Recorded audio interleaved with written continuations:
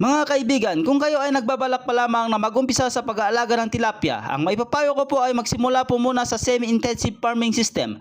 Marami kasing baguhan ang agad pumapasok sa intensive farming dahil mas mataas ang produksyon.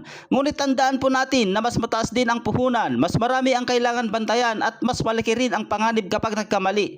Sa semi-intensive system, mas madaling matututunan ang tamang pamamahala ng fish pond backyard farming. Nakakatulong pa rin ang natural na pagkain sa pond tulad ng plankton habang nagbibigay tayo ng supplemental feed sa ating mga alagang tilapia. Mas madali rin nating mamomonitor ang kalidad ng tubig, paglaki ng mga tilapia at kanilang kalusugan.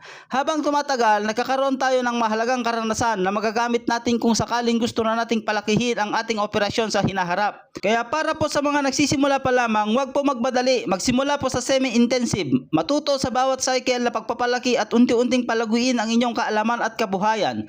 Dahil sa tilapia farming, ang tagumpay ay hindi nakukuha sa pagmamadali, kundi sa tamang proseso at tuloy-tuloy na pag-aaral. Maraming salamat po. Happy Tilapia Farming!